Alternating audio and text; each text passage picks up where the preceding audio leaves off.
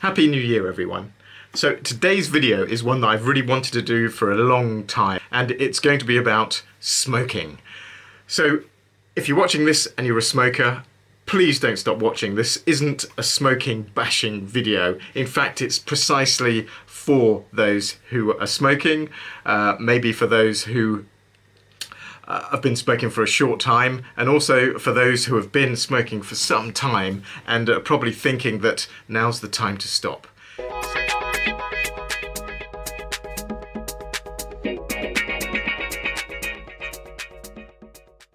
So this really isn't going to be a smoking bashing video, completely the opposite, so please keep watching if you are a smoker. So I'm going to split these videos into three parts. So the first part is really a personal story. It's going to be about how I became a smoking addict and my slide into addiction. And then I'm going to talk about the methods that I went through to try and stop, and which one finally worked for me after a long time, over 20 years of smoking.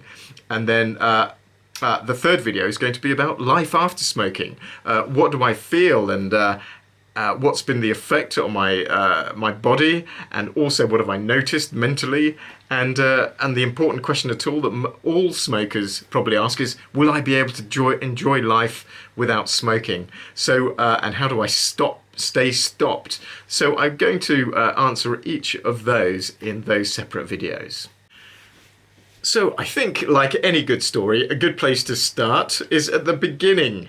So I'm going to give an example which I'm sure I share with the vast majority of you, is how I started smoking in the first place. And I was about 16. At the time my parents smoked, and so there were always cigarette packets lying around, and one or two of my friends started smoking at this time. And for one day, I don't know why, at about 16 years of age, I saw a packet and picked one up and scurried into the garden and lit it up. I don't know why I did it on that particular day, because beforehand I was almost militant anti-smoking, against smoking. So I don't know why there was that change all of a sudden, but it did happen. So I took the cigarette into the garden, I lit it up, and like most of you who went through this process, I'm sure I found it disgusting. I was coughing. And my first reaction was, how can anyone enjoy this? How can anyone enjoy smoking? It was disgusting. It made me cough, my throat was sore, my head started spinning. After 3 puffs, I think I nearly collapsed because of the nicotine. So that was my first introduction to smoking. And then going beyond that, more and more of my friends started smoking. We started going to the parks, with a bottle, with a few beers, and not as a big yobbish group, but just doing what young people do. We're hanging out in the park.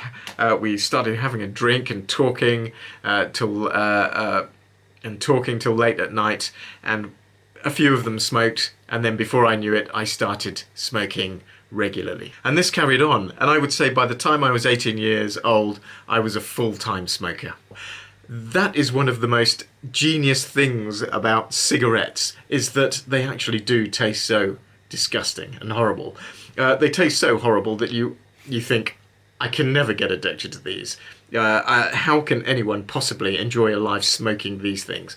But of course, at that stage, what's really happening behind the scenes is the nicotine is working its magic and getting you addicted. And then pretty soon you're drawn in, and then it's too late. But anyway, that's a diversion. So I'm sure that story was really repeated for many of you. So at this point, you might well ask, how long did I smoke for? So I probably smoked in a full-time fashion up into the age of past 30. So that was over 20 years that I smoked for. And I look back on that now and think, what an amazing amount of time that is. 20 years of smoking. And like many people watching, I went through all those phases, those phases of addiction. And the first one was, of course, I wanted to look cool. Then I thought they were disgusting and I would never get addicted. Then slowly I probably subconsciously did realise that I was addicted, but then I was in denial. And then those questions come up, I'll smoke when I start feeling ill, or I'll stop when I'm a bit older. But the years tick by, and then slowly, those clouds form. You start realising that you're coughing in the morning, or you can't quite run as fast as you did, or you're getting out of breath. So those clouds started building, and they reached really a time where I couldn't deny that that was happening. And then I reached, I think, the most valuable stage of that addiction is accepting that I was an addict, and then, only then, could I start to think about doing something about it. And that resulted in failure after failure after failure, and I couldn't stop. And then I eventually did stop. So there is hope. And this is what these videos are about, is taking or sharing that journey with you. I'd also like to share with you a couple of stories about my addiction. I can look back on these now and laugh at them, but at the time they weren't funny. Some funny stories about the lowest points about being an addict, or getting angry that I was an addict. And I remember, like, I remember once I started, I was used to pride myself on how athletic I was when I was a kid. And then at a certain time point, I started losing races. And part of that was because I smoked. I couldn't run as far as I could before I smoked. I remember getting so angry that I on the way home from one race, I screwed up my cigarettes and threw them in the river. And then only to get home an hour later, pass a newsagent's and buy another packet. I mean, how ridiculous is that? And I remember getting so angry about being an addict once that I remember having these packet of cigarettes and saying, that's it, I quit. I'm going to quit today. And I filled them up with water, and so that I wouldn't be able to smoke them, and I threw them in the bin. What happened? Half an hour later, I dug them out of the bin, put them on a tray, and dried them out in the oven. Now, if that isn't addiction, I don't know what is. And looking back on it now, it's so clear, isn't it, that it's just plain addiction. But at the time, of course, I was in denial. I just thought, this is normal. Most people would do this. Yeah. And I'll stop, when it starts affecting me. So one question I always, still to this day, ask is, where am I now? Where am I now with cigarettes? And it's very difficult to convey how I feel about stopping smoking. So I've stopped smoking for many years now. And every day, even now, I'm so grateful that I did have managed to stop smoking. And to put that in perspective, I think of all the modest things I've achieved in my life, my education, meeting my better half, and having my children. Smoking ranks right up there with all of those achievements. I really do rank it as one of the most important things I've ever done in my life. And when I think about that, it still makes me smile, it makes me relieved. And the reason is simple. It's because I love being alive. I love life. Life is fantastic because there are so many things to experience in life. Who wants to cut it short? And stopping smoking is the one thing you can do to live a long and happy life and not cut it short through ill health. So to sum all that up so far, is that I still enjoy looking back and looking at the person that I was as a smoker and as a non-smoker now. And I am just so relieved that I managed to do it, how possible it is. And I often think of what I would be like now if I carried on smoking, and what position that would have put me in with a young family and enjoying life. Which I hope to continue for as long as I possibly can. And stopping smoking is one of the best things you can do to ensure that that happens. So the next phase, smoking and health. If you're a smoker, please don't turn off. I'm not going to dwell too much on the negative aspects of smoking and health, because you probably already know them. If you're a committed smoker, somewhere in your mind, you will know those black clouds will be telling you that it's bad for you. no matter how much you stick your head in the sand, if you've been smoking for 10, 20 years, I don't think anyone can escape that truth. For those of you who've started smoking pretty recently, you're probably in the denial stage that it's not going to affect you, etc. And there's probably not a lot that people can do at the moment until you reach that stage. And for those of you who have started very recently, then this might be, this is really for you. So here we go. You can skip forward this part if you don't want to hear them, but I'm not going to go into great detail, but just a brief summary. So, in a nutshell, smoking affects physically every bodily system. The scientific literature shows overwhelmingly that pretty much every physical biochemical system is affected detrimentally. The scientific literature really focuses on the overall mortality. So if you smoke, the startling statistic is that 50% of people who smoke will, the cause of death or the contributory cause of death will be smoking. So that's a startling statistic. And of course, what's not often reported is the ill health or morbidity leading up to that. Talking primarily about lung diseases, COVID, emphysema, bronchitis, amputations that you probably couldn't live with, but yeah, you probably don't want to live with. And you've probably heard the statistic that up to 80% of lung cancers, for example, are attributed to smoking. So, not to dwell on this, but smoking will shorten your life, is likely to shorten your life. But more importantly than that, there's years of ill health leading up to that. I think there is one concept that's quite important, and it's that a lot of people say, I'm going to stop smoking when it starts to affect me. So when I start to feel the effects of smoking, I'm going to stop. Unfortunately, what's happening to your body is that every time you have a cigarette, it is happening. It might be invisible at the beginning, but the damage happens after every cigarette. It's just a testament to how amazing the body is. Sometimes I look at smokers who are lifelong smokers and think, how can the body sustain that punishment?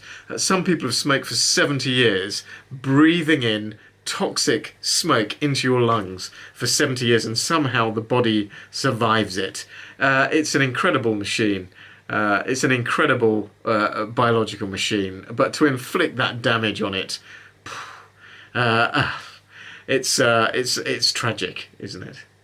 I was under that illusion for some time that, I'll stop when it's doing me damage, or I'll stop when I start to feel those health effects. Of course, I did feel those health effects, but leading up to that, it was happening.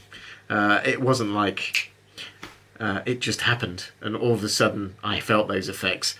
Every cigarette that I smoked led up to that point. So the damage is being done with every cigarette. So it's part of the denial process.